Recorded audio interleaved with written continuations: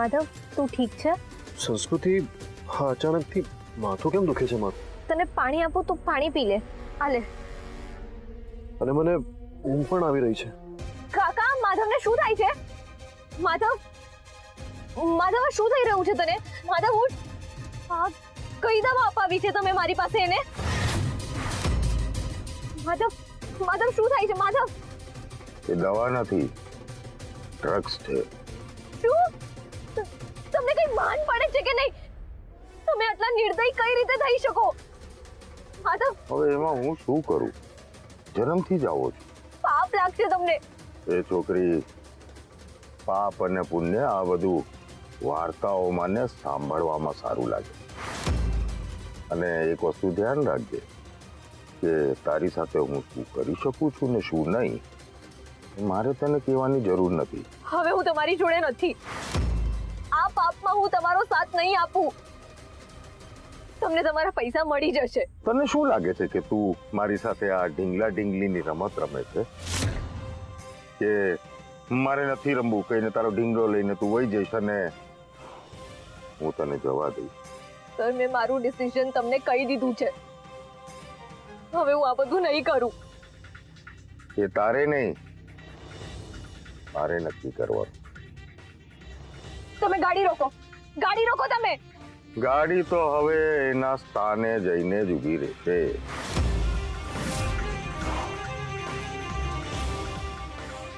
દ્વારકા તો આ બાજુ ગયું ને? હા, પણ તળાવ છે ને આ બાજુ, એમાં બહુ બધા મગરો છે જે હંમેશા ભૂખ્યા હોય છે. એનો ખોરાક બનવો છે તાર? હા, ચૂપચાપ બેઠી રહે. બોલો તો સૂઈ ગયો છે. તને સુવડાવી દેતા મને વાર નહીં લાગે. માધવ માધવ ઉઠ રે. માધવ પ્લીઝ. માધવ માધવ શું થઈ રહ્યું છે તને?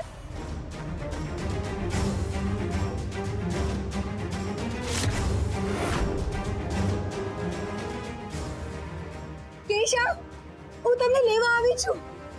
કેશવ, તમારી સંસ્કૃતિ. કેશવ, કેશવ. ઓ મેડમ, તમે આવી રીતે અંદર કેવી રીતે આવી ગયા? કોને ગોતો છો? કેશવ, કેશવ? કોણ Keshav? I am sorry. I mean Madhav. માધવનું કામ છે. માધવ? એમ કોને? એ લોકો તો ગયા. જતા રહ્યા? ક્યાં? એ લોકો તો સવારે જ બહાર ગામ ગયા. એટલે? એ અમારાથી કેવી રીતે પૂછાય? મોટા માણસો છે, જેવી એમની મરજી. પણ પરમ દિવસે તો એ અહીંયા જ હતા ને? આમ એકાએક? એ બધું અમારાથી થોડી પૂછાય. તમે જાઓ અહીંયાથી હવે.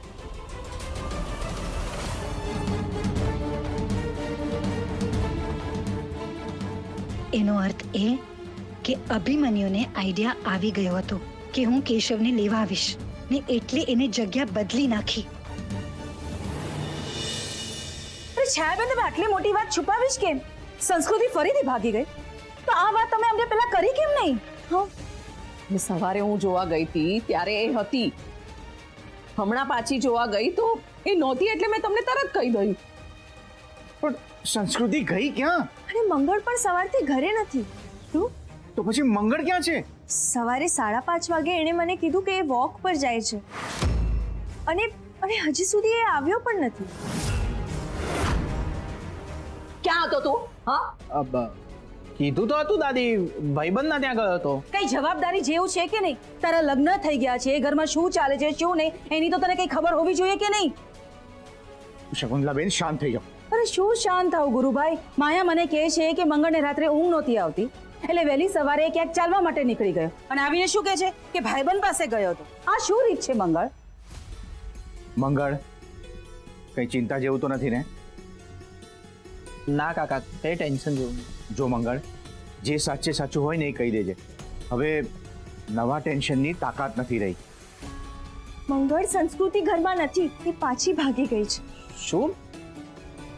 એ તો મને કીધું દાદીએ, પણ હજી સુધી ઘરે નથી આવી. ના, તું મને એમ કે તું કયા ભાઈબંધને ત્યાં હતો?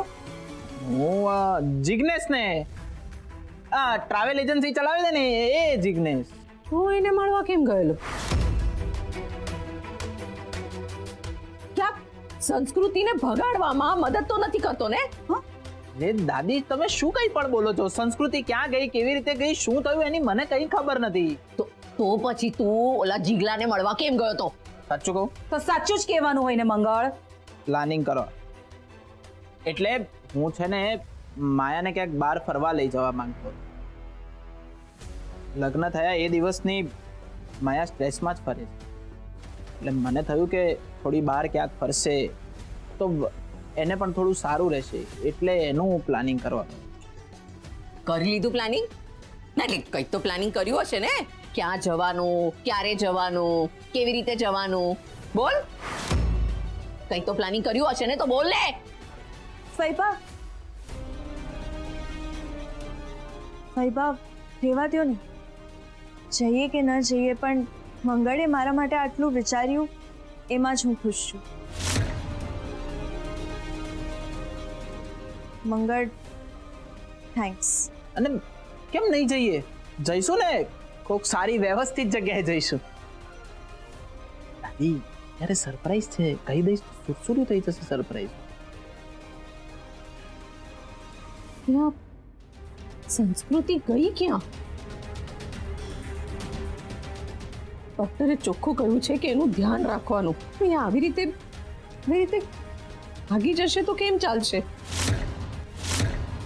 એને કંઈ થયું તો નહીં હોય ને?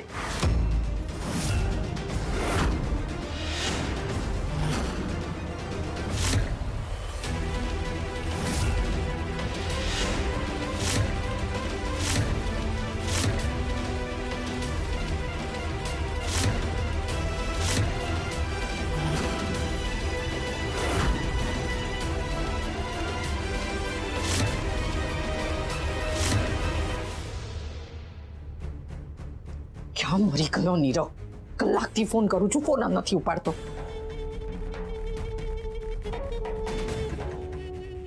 દાદી તમે મને બોલાવ્યો? સંસ્કૃતિ ક્યાં છે?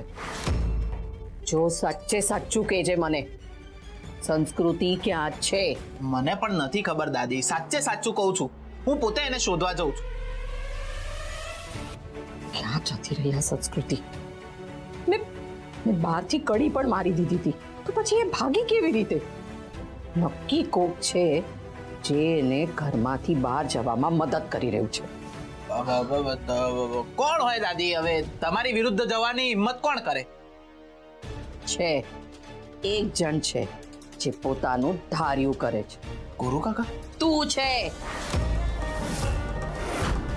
જેને એમ છે કે દાદીને ગમે એમ પટાવી લઈશું, હા ને? સાચું સાચું કહી દે છે. સંસ્કૃતિ ક્યાં છે એની તને ખબર છે ને? મને નથી ખબર દાદી. મારે ને સંસ્કૃતિને કઈ લાગે વળગે નહીં, પણ તમે પહેલા એની ચિંતા કરો કે સંસ્કૃતિ ગઈ ક્યાં. સુરજ સુરજ સુરજ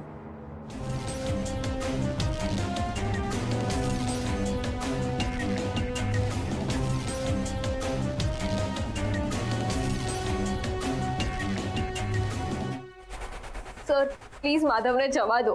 એ બિચારો બહુ સારો છે ને તમને તો મારા કરતાં વધારે ખબર છે કે એનું આ બધા સાથે કોઈ જ નિસ્બત નથી. પ્લીઝ પ્લીઝ જવા દો એને.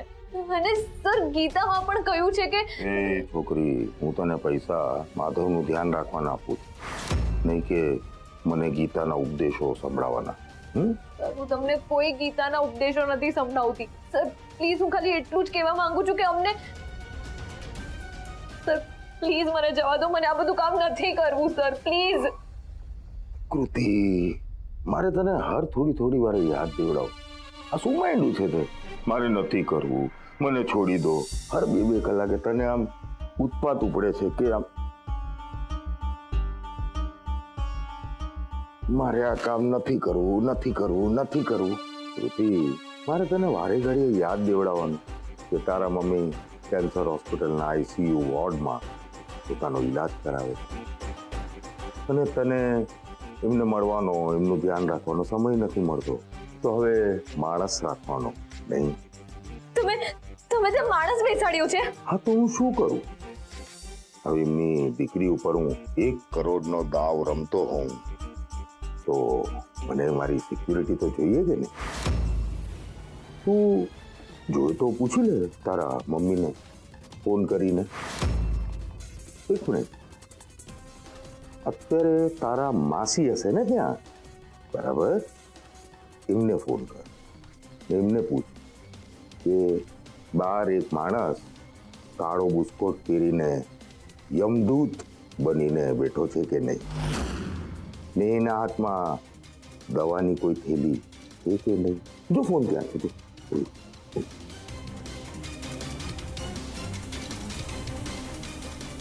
હાલો હાલો માસી, તમે હોસ્પિટલમાં છો? તમે તમારા રૂમના બહાર જુઓ ને, કોઈ બ્લેક કલરના શર્ટમાં કોઈ માણસ બેઠું છે કે? હા હા, ફોન ચાલુ જ છે.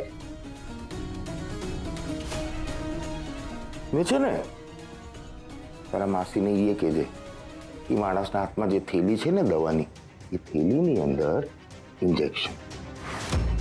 જો તારે કામ ના કરવું હોય ને એ તારા મમ્મીને આપી દે, એટલે બિચારા શાંતિથી 2 જ મિનિટમાં. ના ના ના ના સર. હા માસી, શું એ બેઠો છે? ના માસી, એ કોઈ દવાની દુકાન વાળો નથી. પ્લીઝ પ્લીઝ માસી, તમે ધ્યાન રાખજો. અને હા, પ્લીઝ એને મમ્મીની નજીક નહીં જવા દેતા, પ્લીઝ. 1 મિનિટ, હું માસી સાથે વાત કરું. જય શ્રી કૃષ્ણ બેન. હા, હું કૃતિનો બોસ, હા એનો શેઠ બોલું છું. જુઓ બેન, ત્યાં તમને હોસ્પિટલમાં કંઈ પણ જરૂરત હોય તો મને તમે ફોન કરજો. કૃતિ નંબર આપી દઈશ ને તું? હા હા, કૃતિ તમને નંબર આપી દઈશ. ના ના, છોકરી બહુ ડાઈ છે, સરસ રીતે કામ કરે છે અને કરતી રહેશે ને. હા, તમે મને ફોન કરજો. હા, કારણ કે કૃતિ હવે જરા કામમાં બિઝી થઈ છે. ભલે બેન, ચાલ. જય શ્રી કૃષ્ણ. સરસ અવાજ છે તારામાંથી. હવે મારે વારે ઘડીએ તને યાદ નહીં દેવડાવવું પડે ને કે તારે અહીંયાથી ક્યાંય નથી જવાનું, તારો કોઈ છુટકારો નથી. હા, માધવ હમણાં થોડીક વારમાં ઉઠતો જ હશે, કામે લાગો. પણ હા, એ ઉઠે એની પહેલા તને સમજાવી દઉં.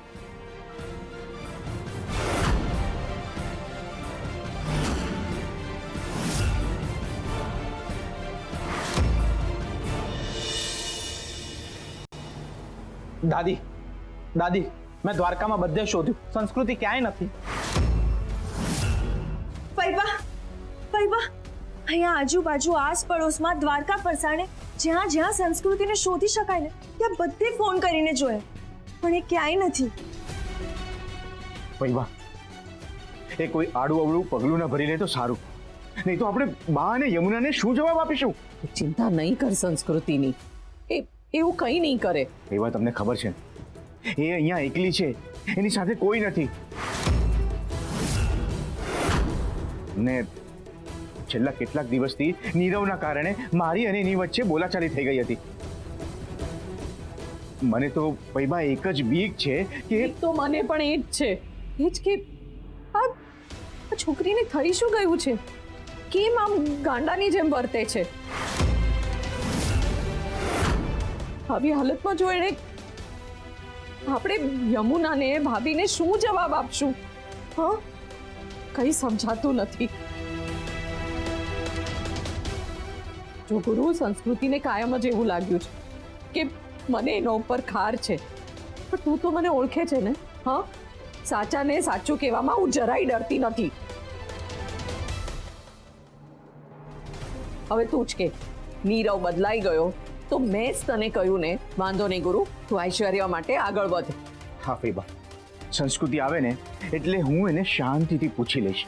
અરે આવી જશે ને તો હું પહેલા ઉઘાડા પગે દ્વારકાધીશના દર્શન કરવા જઈશ, પણ એ આવે તો ને. મને તો બહુ બીક લાગે છે કે પેલા કેતકી પછી કેશવ, હવે આ સંસ્કૃતિનું દુઃખ નહીં સહન થાય મારાથી. ગુરુ અંકલ,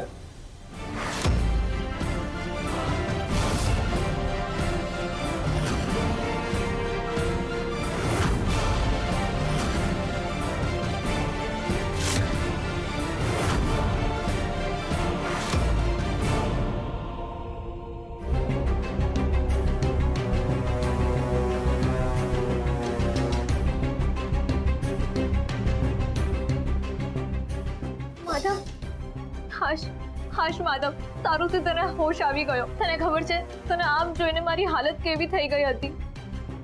અરે આ તો બેટા તને ખબર છે મેં તારી માટે માનતા લીધી હતી કે મારો માધવ દીકરો થઈ જશે ને તો હું 21 ગરીબોને જમાડીશ. ભગવાન તમારો પાર માનું છું, મારો દીકરો ઠીક થઈ ગયો. હે આપણે તો સંસ્કૃતિના ઘરે જવા નીકળ્યા હતા, તો બસ આ કઈ જગ્યા છે? આપણે ક્યાં આવી ગયા? બેટા કેમ આવું કરે છે? તને કઈ યાદ નથી કે ત્યાં શું થયું હતું? ક્યાં? સંસ્કૃતિના ઘરે, બીજે ક્યાં? સોરી કાકા, પણ આમાં વાંક તો તમારો જ છે. મેં તમને પહેલા જ કહ્યું હતું કે આને ત્યાં નથી લઈ જવા જેવું. પણ હું શું કરું? હા બેટા, આ એ દિવસે ખબર છે આમ માધવે કેવી જીત પકડી હતી, એને જવું જ છે તો હું શું કરું? હે નહીં માધવ? એક મિનિટ શાંત થઈ જા, શાંત. શું ચાલી રહ્યું છે? મને કંઈક નથી સમજાઈ રહ્યું. શું ચાલે છે આ બધું?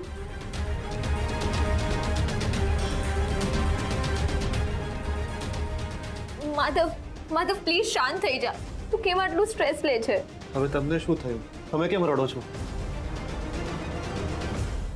અરે કાકા, હા આપણે ઓલી સંસ્કૃતિના ઘરે જઈ આવ્યા? હું આવું કરે છે બેટા? આપણે ગયા હતા સંસ્કૃતિના ઘરે, પણ સંસ્કૃતિ ત્યાં નહોતી. તો પછી કેશવ તો પણ જોયું? મેં તને કહ્યું હતું ને કે માધવ ભાનમાં આવશે એટલે સૌથી પહેલો આ સવાલ પૂછશે, અને તું હતી કે મને ના પાડતી. ગયા હતા બેટા, એ કેશવનું એડ્રેસ શોધીને એ તરફે ગયા હતા, પણ કેશવનું કોઈ ઘર જ ન મળ્યું. આપણે ગાડીમાં આવતા હતા ને ત્યારે મેં તને કહ્યું હતું કે મારા અનુભવથી કહું છું તને કે આ સંસ્કૃતિ નામની કોઈ બીજી છોકરી છે જ નહીં. આ કોઈ લે ભાગુ છોકરી છે જેને તારી આ હાલત વિશે ખબર પડી હશે. એટલે શું થયું એ ખબર પડી હશે. મોટા ઘરનો છોકરો છે, પૈસાદાર છોકરો છે. ચાલો ને આપણી બાટલીમાં ઉતારી લઈએ. સંસ્કૃતિ આખો સંસ્કૃતિ શકુંતલાબેન પાણી લાવો. હા હા શું થયું સંસ્કૃતિને? કેમ આંખ નથી ખોલતી? સંસ્કૃતિ ચાલો છાયાબેન.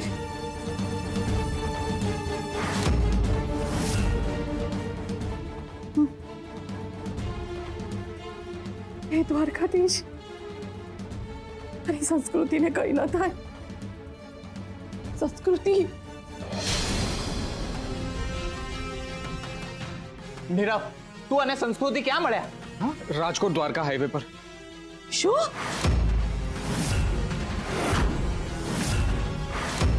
હું એકચ્યુઅલી મારી મીટિંગ માટે રાજકોટ ગયો હતો. હું પાછો આવતો હતો ત્યારે મેં જોયું કે સંસ્કૃતિને કોઈ માણસ કિડનેપ કરી રહ્યું છે. ને આ બધી વાત ચાલતી હતી ને ત્યારે જ તું બેભાન થઈ ગયો. શું? હું બેભાન થઈ ગયો? આ લોકો જે કહે છે એ સાચું હશે? મને કેમ કંઈ યાદ નથી આવતું. શું વિચારે છે બેટા? હા, તને મારી વાતો ઉપર વિશ્વાસ નથી આવતો તો તું આ સંસ્કૃતિને, આ તારી સંસ્કૃતિને પૂછ. એક તો આ સંસ્કૃતિ નામને લીધે એટલું કન્ફ્યુઝન છે ને, હું તો છે ને આનું નામ જ બદલી નાખું. વાહ, ના આટલું સરસ નામ તો છે સંસ્કૃતિ, શું કામ બદલવું છે? જોયું? તને કીધું હતું ને. અરે બેટા, મને ખબર હતી તું આવું જ કઈક, એટલે હું તને ત્યાંથી અહીંયા લઈને આવી ગયો કે ભૂલથી ઓલી બીજી છોકરી તારી સામે આવી જાય ને નવી વાત કરે તો તું એની વાતમાં આવી જઈશ બેટા. કાકા, તમને ખરેખરમાં એવું લાગે છે કે એ છોકરી સંસ્કૃતિ નથી? એ માધવ, તને મારી વાત પર વિશ્વાસ નથી બેટા. હવે હું તમને હા કહીશ તો તમને ખોટું લાગશે, પણ કાકા મને આ તમારી વાત માનવામાં નથી આવી.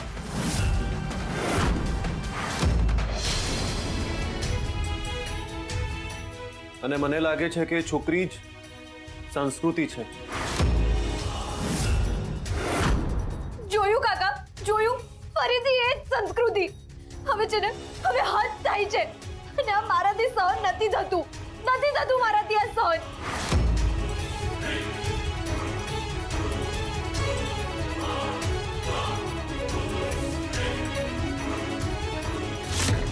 માધવ, આ અભિમન્યુ આચાર્યનું રચેલું ચક્રવ્યૂહ છે.